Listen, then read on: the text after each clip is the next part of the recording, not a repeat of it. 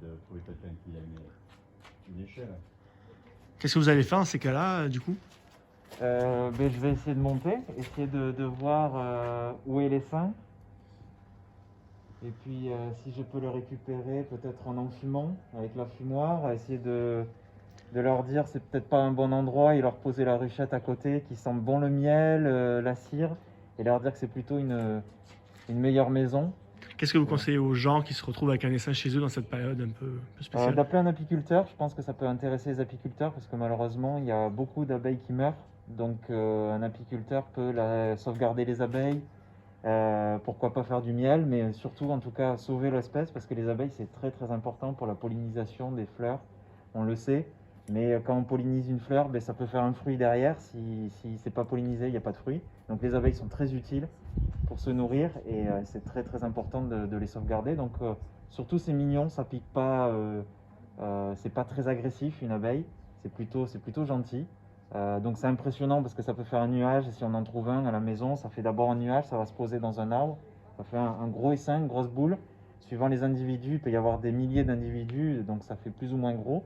Il faut appeler un apiculteur le plus rapidement possible parce que quand elle se pose dans un arbre, il y a des petites abeilles qui vont sortir et qui vont aller chercher un endroit pour se poser. C'est exactement ce qui vient de se passer où l'essaim était posé dans un arbre et là elle s'est posée dans une cheminée.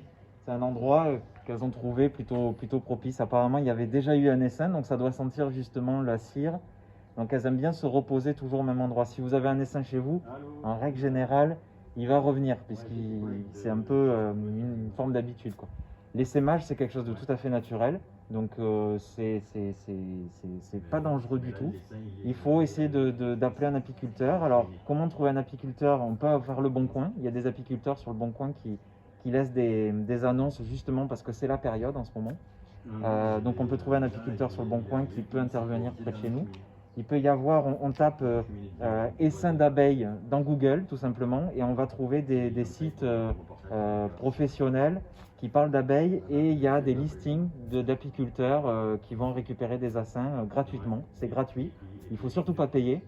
S'il y a un apiculteur qui vous fait payer pour récupérer un essaim, appelez un autre apiculteur parce que normalement c'est gratuit.